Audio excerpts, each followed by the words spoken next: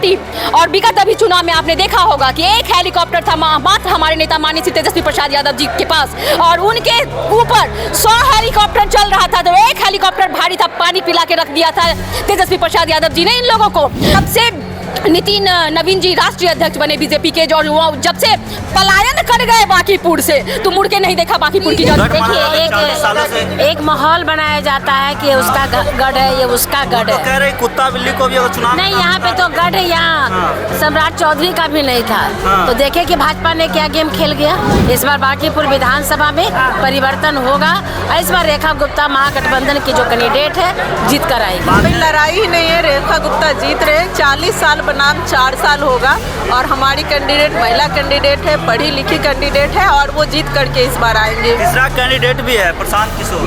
वो सब लोकतंत्र है, कोई भी चुनाव लड़ सकता है, उसमें कोई ये नहीं है। पीके गुप्ता है जिसने बाजार लगाया, दुकान खोली, लेकिन एक भी सामान सेल नहीं हुआ। आप समझ रही है कहने का मतलब कि ये उन्होंने जिस तरीके से अपना हवा बनाया था, एक भी कैंडिडेट नहीं जीत करके सदन गया उनका, तो यही वो पीके है। तो मुझे लगता है कि इस बार पीके के दुकान का कहीं शटर न गिर जाए और वो बंद ही ना हो जाए सदा के। नमस्कार, आप देख रहे हैं बुलेट न्यूज। मेरा नाम है कुलदीप यादव। देखिए, बांकीपुर का चुनाव त्रिकोणीय हो चला है, जहां एक तरफ राष्ट्रीय जनता दल ने महिला कैंडिडेट रेखा गुप्ता को चुनावी मैदान में उतारा है, वहीं भाजपा ने एक आम कार्यकर्ता को चुनावी मैदान में उतारा है। वहीं तीसरी तरफ जो है जन स्वराज पार्टी के अध्यक्ष प्रशांत किशोर चुनावी मैदान में उतरे हुए हैं। क्या लगता है इस बार जनता किसको वोट देना चाहती है? हम कुछ राजद के कार्यालय में आ गए हैं, राजद का आज नॉमिनेशन है। यहाँ के कुछ महिलाओं से बातचीत करेंगे कि क्या सोच रहे हैं इस बार, कितनी लड़ाई देख रहे हो। क्या नाम हुआ मैडम? आभा लता, पूर्व महिला प्रदेश अध्यक्ष। कितना मजबूत है रेखा गुप्ता इस बार? पूरी मजबूती से चुनाव लड़ रही है। सिंगल महिला है, सामने में देख रहे हैं कि पुरुष लोग खड़ा है, उसके सामने जो आधी आबादी के लोग बात करते हैं कि हम महिलाओं को सशक्त करते हैं, तो उसमें एक मिसाल कायम किया गया है कि जिन्हें हम पहले चुनाव लड़ाए थे महागठबंधन के तरफ से, फिर इस बार क्योंकि वो 1 साल तक कंटिन्यू क्षेत्र में ही बनी रही, इसीलिए महागठबंधन ने तय किया कि उन्हीं को फिर से हम लोग चुनाव लड़ाएंगे जो उपचुनाव होने जा रहा है। तो हमें उम्मीद है बाकी मतलब भाजपा का गढ़ एक माहौल बनाया जाता है कि उसका गढ़ है, ये उसका गढ़ है। तो कह रहे कुत्ता बिल्ली को भी अगर चुनाव नहीं, यहाँ पे तो गढ़ है, यहाँ सम्राट चौधरी का भी नहीं था। तो देखे कि भाजपा ने क्या गेम खेल गया। क्या यहाँ सम्राट चौधरी को जब वोट पड़ा था जनता से कि मुख्यमंत्री का सबसे फेमस चेहरा कौन है, तो 2% दिया था, आज वो तो बन गए मुख्यमंत्री। तो यहाँ पे सिर्फ माहौल हवा बनाया जाता है, ऐसा कुछ नहीं है। इस बार बांकीपुर विधानसभा में परिवर्तन होगा।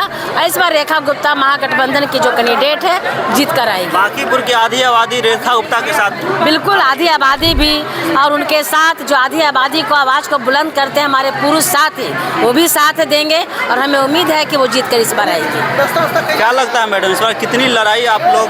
कोई लड़ाई ही नहीं है, रेखा गुप्ता जीत रहे। 40 साल बनाम 4 साल होगा, और हमारी कैंडिडेट महिला कैंडिडेट है, पढ़ी लिखी कैंडिडेट है, और वो जीत करके इस बार आएंगे। तीसरा कैंडिडेट भी है प्रशांत किशोर।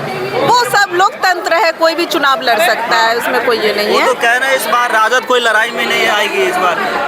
वही बोले ना, हमारे सामने कोई है नहीं बस, और लोकतंत्र है, सब चुनाव लड़े, हम भी लड़ सकते हैं, आप भी लड़ सकते हैं, सब चुनाव लड़ सकता है। आइए कुछ और महिलाओं से बातचीत करते हैं। चलिए, राजद नेत्री पूजा यादव जी हैं, उनसे बातचीत करते हैं। इस चीज पे भी ये है कि ईवीएम को हटाइए और चुनाव को लड़वाइए। ये बहुत बड़ा मुद्दा है जिसको अनदेखा ये लोग एनडीए वाले।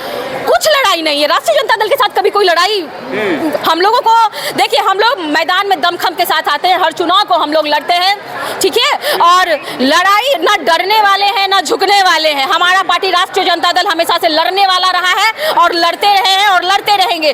कोई हमारे साथ कोई समस्या ये नहीं है कि भाई किसी से मेरा फाइट है, ये है वो है, कुछ नहीं। डर उन लोगों को लग रहा है प्रशांत किशोर की, आप कोई आ जाए किसी के लिए प्रचार के लिए आ जाए, चुनाव है, लोकतंत्र है, कोई भी चुनाव लड़ सकता है, किसी के लिए कोई भी प्रचार करने के लिए आ सकता है। लेकिन याद रहे, मैं याद दिलाना चाहती हूँ, ये हमारी पार्टी और विगत अभी चुनाव में आपने देखा होगा कि एक हेलीकॉप्टर था मात्र हमारे नेता माननीय श्री तेजस्वी प्रसाद यादव जी के पास, और उनके ऊपर 100 हेलीकॉप्टर चल रहा था। तो एक हेलीकॉप्टर भारी था, पानी पिला के रख दिया था तेजस्वी प्रसाद यादव जी ने इन लोगों को।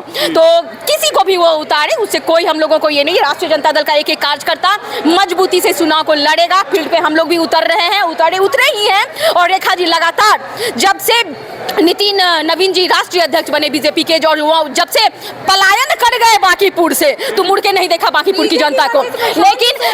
लेकिन और हमारी जो कैंडिडेट है रेखा गुप्ता जी, वो लगातार लोगों के बीच में रही हैं और सुख दुख में खड़ी रही हैं। रही बात पीके गुप्ता की, तो ये वही पीके गुप्ता है जिसने बाजार लगाया, दुकान खोली, लेकिन एक भी सामान सेल नहीं हुआ। आप समझ रही है कहने का मतलब कि ये उन्होंने जिस तरीके से अपना हवा बनाया था, एक भी कैंडिडेट नहीं जीत करके सदन गया उनका। तो यही वो पीके है। तो मुझे लगता है कि इस बार पीके के दुकान का कहीं शटर ना गिर जाए और वो बंद ही ना हो जाए सदा के लिए। साथ दे रही है कांग्रेस हमारे साथ नहीं, गलत बात है। खुल के सब कुछ सामने है, महागठबंधन हमारे साथ है। अभी भी आपने देखा कांग्रेस के प्रवक्ता से लेकिन तमाम नेता यहाँ थे, सारे महागठबंधन के लोग यहाँ थे। नहीं, गलत